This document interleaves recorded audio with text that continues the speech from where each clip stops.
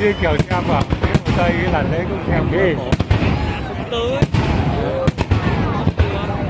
Đấy, chị tính làm kia thì này không bị với, không bị.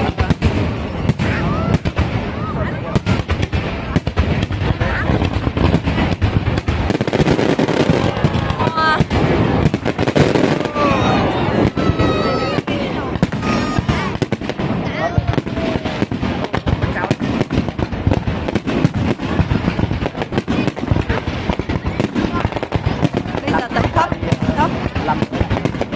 Tập thấp lên như này.